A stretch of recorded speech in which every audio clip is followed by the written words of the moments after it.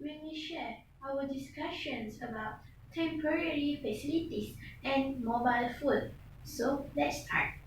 The first issue is working in inefficient kitchen, which is water source and not have enough space.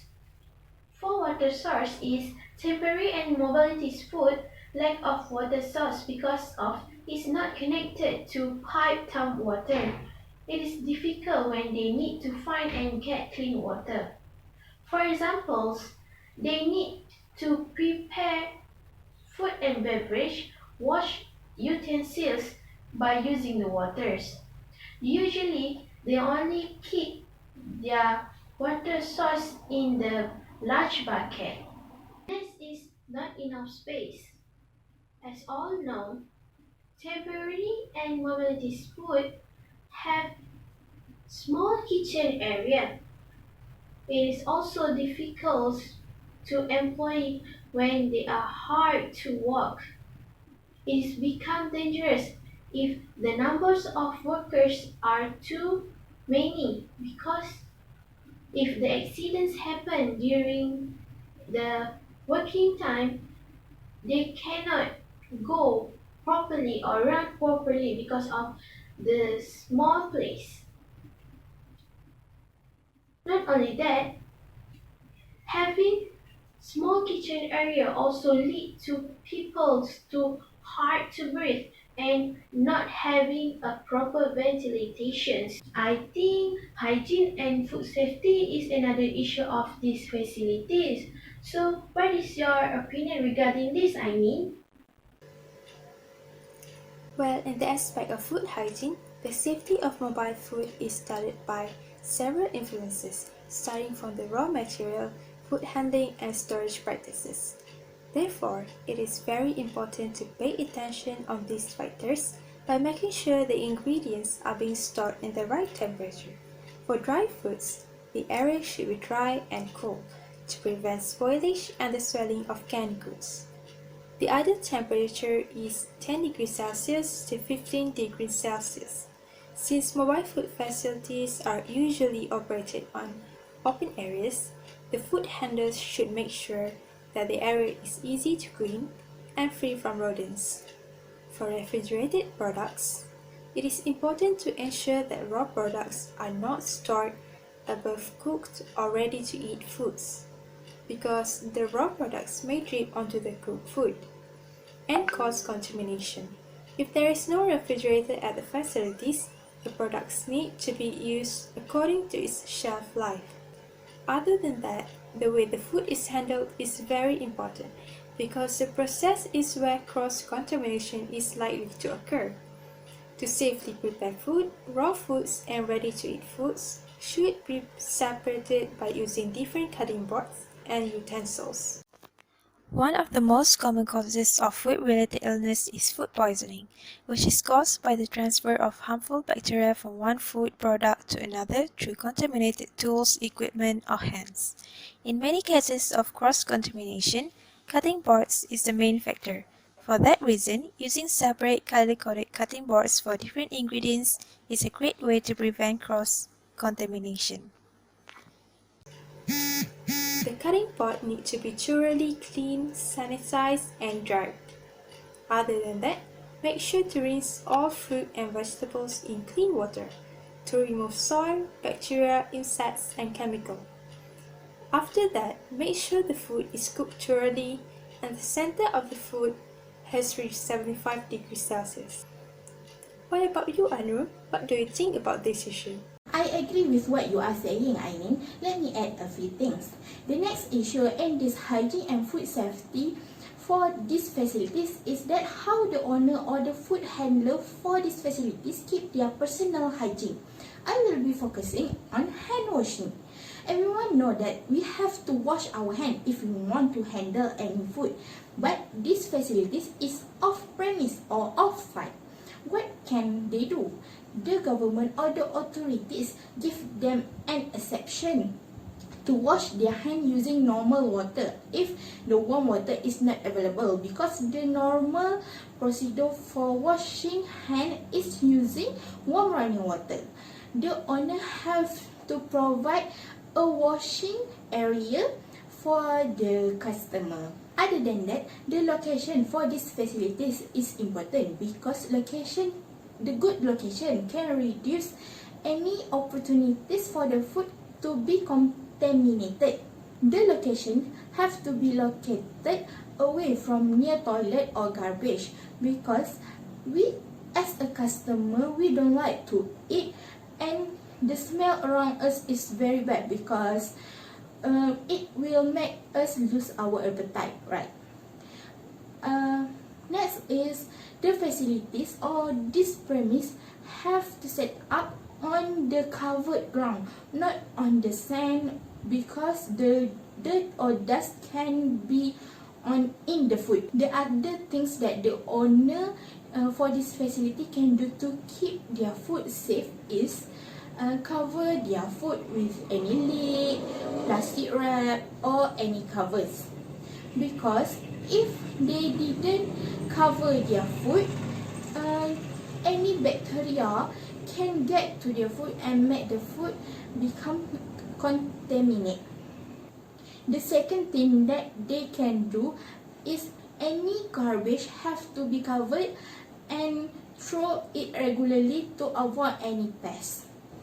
So Shaza, do you know if this temporary facility or mobile facility need a permit to operate? Okay, I know. I will talk about how to get a permit for this kind of business. Do you know that food business operating at any premise must be registered with relevant authorities to avoid any penalty? I will give some examples for who are wanted to run their food truck business. The first thing that they need to do is get approval from relevant authorities. In Malaysia, we have the Companies Commission of Malaysia, SSM, that is responsible to incorporate companies and register business. So they need to apply SSM before they run their business and must pay 100 ringgit for registration charges. Then they must obtain a license or permits from local authorities in the area that they want to conduct their business.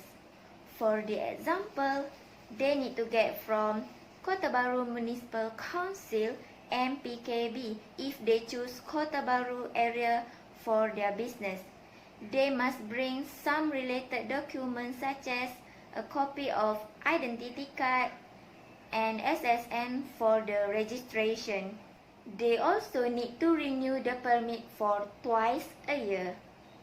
The Malaysian Road Department, JPJ, and the Vehicle Inspection Center, PUSPACOM, is also the important things for the food truckers.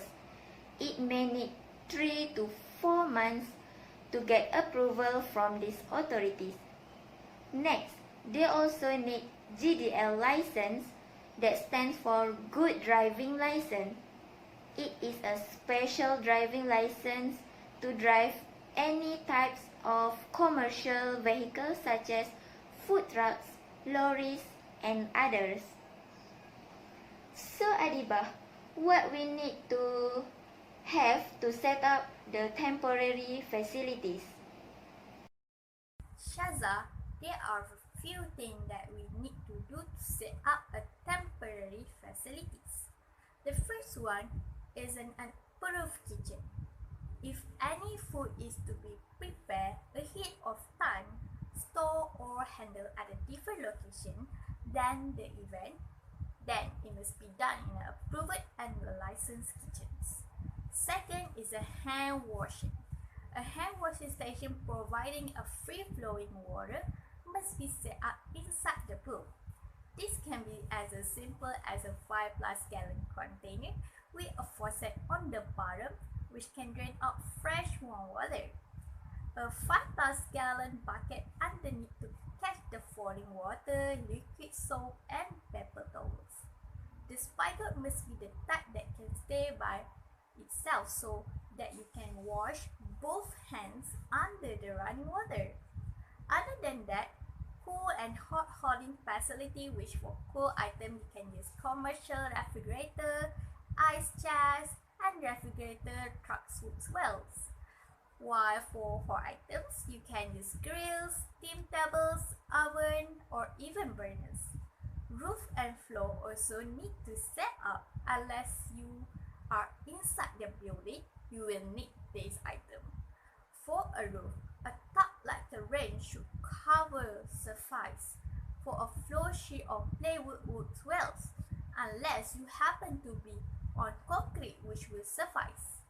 Then, probe thermometer is a pocket probe thermometer with a range of 0 until 220 Fahrenheit is needed to check the food temperature.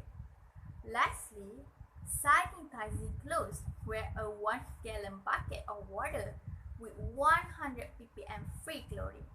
About a teaspoon or a tablespoon is needed to sanitize food contact surface. So that is how to set up a temporary facility. Now, let's move on to the recommendation of temporary facility by Nuha. Okay, thank you, Adiba. So now I will give a few suggestions regarding this topic. Basically, every business has its own unique set of challenges, just as each has its own particular reward. Within temporary facilities and mobile food sector, for example, food catering business and food booth, it runs differently from a restaurant or cafeteria. Despite the many challenges, competition within the catering industry is stiff. To remain viable, we must offer a variety of plates, use top ingredients, and offer our services at a price that does not down our business or send people looking elsewhere. Next, to be as profitable as possible in temporary facilities and mobile food facilities, we will need to strategize. Expanding beyond the confines of a food truck might seem like a big step, but offering delivery service is a great way to increase its sales. We can either partner up with third parties such as GrabFood or Foodpanda to overcome the challenges, especially when customers cannot dine in because of weather problem. For food booths and food truck, they can attend local fairs and festivals and will be maximizing their visibility and positioning their food where crowds of hungry diners will be there. Last but not least, good practices of hygiene are essential for food preparation, not only in temporary facilities and mobile food facilities sector, but also in all food service organizations. In conclusion, owner of temporary facilities and mobile food facilities business need to strive more and more in running their business to prevent being left behind in the industry. Thank you.